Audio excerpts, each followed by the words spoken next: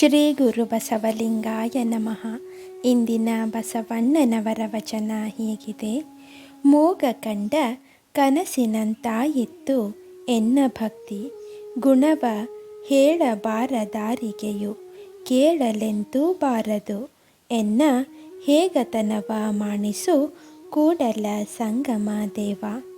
ಈ ವಚನದ ಸಾರ ಹೀಗಿದೆ: ಮೂಕನು ಕನಸು ಕಂಡರೂ ಹೇಳಲು ಅಸಮರ್ಥನಾಗಿರುವಂತೆ ಭಕ್ತಿಯ ಸ್ವರೂಪವನ್ನು ಅರಿಯದ ನಾನು ಏನನ್ನು ಹೇಳಲಾಗದ ಸ್ಥಿತಿಯಲ್ಲಿದ್ದೇನೆ. ಅಜ್ಞಾನದಿಂದ ಕೂಡಿದ ನನ್ನ ಅನಿಶ್ಚಿತ ಭಕ್ತಿಯ ಕಾರಣದಿಂದ ಏನನ್ನು ಬಗ್ಗೆ ಕೇಳಲಿಕ್ಕೂ ಬಾರದಂತಾಗಿದೆ. ಆದರೂ ನಾನು ಭಕ್ತನೆಂಬ ಭಾವ ಹೊಂದಿದ್ದೇನೆ. ಇದು ನನ್ನ ದಡ್ಡತನ. ದಯಮಾಡಿ ನನ್ನನ್ನು ಕ್ಷಮಿಸು ಎಂದು ಪ್ರಾರ್ಥಿಸುವ ಭಾವ ಈ ವಚನದಲ್ಲಿ ವ್ಯಕ್ತವಾಗಿದೆ.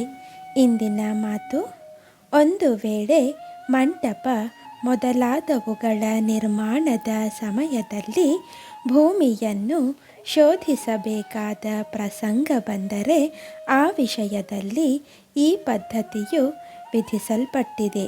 ಅದೇನೆಂದರೆ, ಮೃತ ವ್ಯಕ್ತಿಯು ಪತ್ನಿಯುಳ್ಳವನಾಗಿದ್ದು ಅವಳನ್ನು ಕೂಡ ಮೃತಳಾದ ನಂತರ ಅದೇ ಸ್ಥಳದಲ್ಲಿ ಅಂತ್ಯೇಷ್ಟಿ ಮಾಡಿದ್ದರೆ ಆಗ ಅವರ ಪುತ್ರನು ಅವರ ಅಸ್ಥಿಗಳನ್ನು ಮಣಿಕರ್ಣಿಕಾ ಮುಂತಾದ ಕ್ಷೇತ್ರಗಳಲ್ಲಿ ವಿಸರ್ಜಿಸಲು ಇಚ್ಛಿಸಿದರೆ ಯಾವ ಸಂಶಯವಿಲ್ಲದೆ ಅವರಿಬ್ಬರಲ್ಲಿ ಒಬ್ಬರದಾದರೂ ಮೂಳೆಯನ್ನು ಹೊರತೆಗೆದು ಗರ್ತ ಸಹಿತವಾಗಿ ಆ ಭೂಮಿಯನ್ನು ನೀರಿನಿಂದ ಶೋಧಿಸಬೇಕು.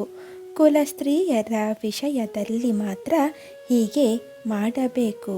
ಕುಲಸ್ತ್ರೀಯರನ್ನು ಹೊರತುಪಡಿಸಿ ಇತರ ಸ್ತ್ರೀಯರಾದರೆ ಅವರವರ ಸ್ವಂತ ರುಚಿಗೆ ಅನುಸಾರವಾಗಿ ಮಾಡಬಹುದು. ಶರಣಾರ್ಥಿಗಳು.